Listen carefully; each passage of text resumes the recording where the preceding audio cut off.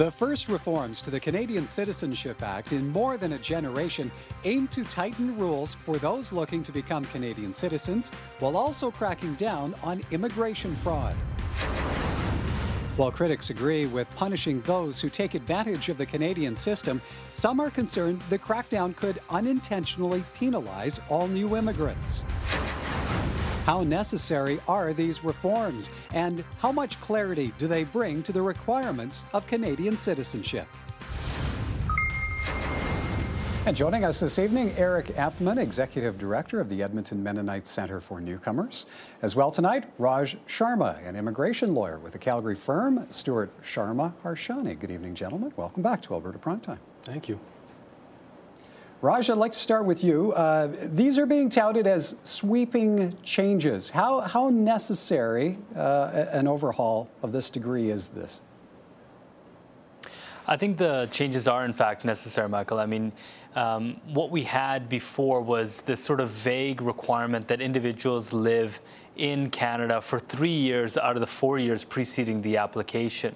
It doesn't actually specify whether living in Canada means 2 feet on the ground in Canada. So the new changes stipulate 2 feet on the ground physical residency in Canada for 4 years out of the 6 years preceding the application. So I think that that's a welcome clarity to the state of affairs. Eric, speaking of clarity, how much clarity does this bring for you in terms of requirements for Canadian citizenship? Yeah, I would echo what Raj said. There was a lot of ambiguity, and now it's very clear. I think it's going to be a little bit more difficult to attain citizenship, but it's clear what it takes.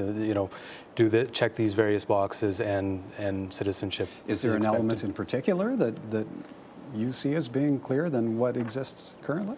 I think the residency, the number of years, and what constitutes a year.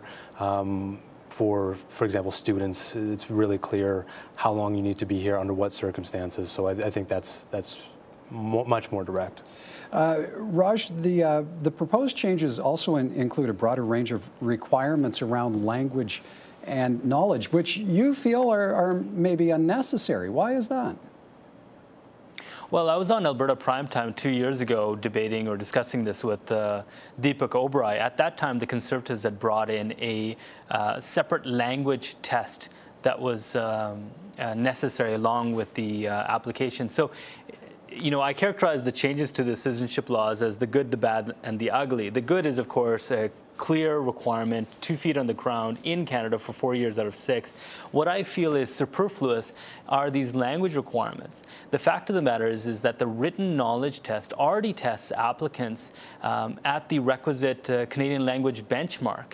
So I think that's unnecessary. You have language testing, of course, now between 14 years of age and 64 years of age. And I question whether requiring a 14-year-old who's already in the country for 4 to 6 years, who's already statutorily required to be in English or French instruction in terms of school, why that individual would have to provide separate language testing. And finally, I guess my third and fourth bone of contention is that the vast majority of immigrants to Canada who are economic immigrants already pass a language test to come to Canada. So I think requiring another language test is unnecessary and superfluous.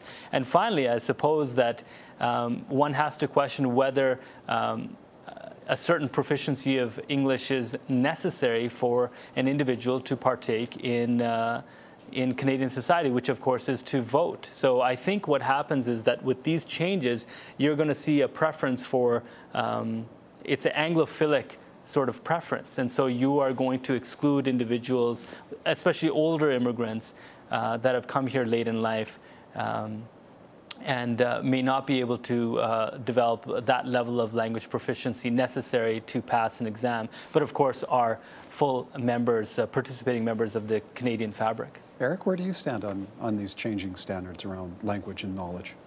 On the surface, I don't really have an issue with it. I think language is important to integration into the community. If you can't speak to your neighbor, how can you be an effective neighbor? How can you be a strong citizen.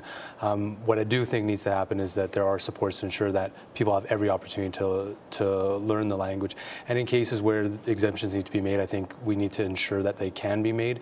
If you have, this morning I was talking to a father of 3 who is going to struggle with language because he's the breadwinner. He's not going to have opportunities to learn English or take classes, so it's going to be a challenge for him. And I think that's potentially a great citizen that we may miss if we stick too rigidly to some of those. So that support is not there right now? But we are going to miss that individual as a citizen, because the Conservatives have removed all subjectivity and all discretion from the citizen decision-making process. Citizenship judges in the past were able to overcome these type of technical deficiencies with applications. Citizenship judges now, under the new proposed changes, are ceremonial figures only. So we are going to lose that prospective great citizen. In the short term, yeah, that's going to be an issue, but this is a reform, and if the reform stops at draft 1, we're in a lot of trouble, because issues are going to emerge for any of these changes. So as we identify an issue or we start missing those citizens, I think then we need to make another reform. So if this is the end of the line, then yes, that's definitely a mistake, but there should be opportunity to continue to adjust and dabble with policy. So Eric, are you saying then the support is not there? No, I believe the supports are there. I think not everybody's going to have the opportunity. You're going to have older permanent residents who have been here for a very long period of time, who haven't taken those classes. And as you get older, we know it's much more difficult to pick up a second language. So as we identify groups that make great citizens that are falling through the cracks, I would hope that adjustments can be made, that we'll see changes. Now, Raj, there are some hefty consequences when it comes to the element of immigration fraud. Fines up to a maximum of $100,000 and/or 5 years in jail, and that's up from what, $1,000 and maybe and/or 1 year in jail. What do you make of that? Well, look, no one wants to see Canadian hospitality and generosity abused by anyone. But the fact of the matter is the devil's in the details in terms of enforcement. So the problem is that there simply weren't enough charges even under the old system, in my opinion. The fact of the matter is that immigration fraud was rampant, and you did see ghost consultants and unregulated consultants counsel individuals to embellish or exaggerate the time in Canada. Let's face it, the Canadian passport is a incredibly valuable commodity, and individuals are willing to lie, cheat, and deceive us to obtain that benefit. Eric, you see some unintended consequences, though, do you not, when it comes to immigration fraud and hefty repercussions? I worry sometimes that we start developing a system that's meant to catch people as opposed to identify great citizens or great future citizens. And when you create a structure, you can lose focus of what you're actually trying to do, which is continue to build a country through immigration. And if you design a system that's meant to catch people, you start discouraging people who you want to become citizens, because they become fearful, or the rules get so difficult or so rigorous or so concerning that you scare people off. And I think that would be one of the potential worries that reform might have. Go ahead, Raj. That's not a potential worry, Michael. I mean, the fact of the matter is that the Immigration Refugee Protection Act is enforcement legislation. If you look at everything that this government has done over the last couple of years, there's no identifying, great contributors to the Canadian multicultural fabric. This is enforcement-minded legislation, and the fact that the minister can unilaterally make a decision to strip an individual of their citizenship based on fraud or deception, that can only lead to one conclusion, which is this legislation strengthens the minister's hand in dealing with individuals that have misrepresented or embellished or exaggerated their time in Canada. Raj, where else would revoking citizenship come into effect? Because that's a pretty key element for you, is it not?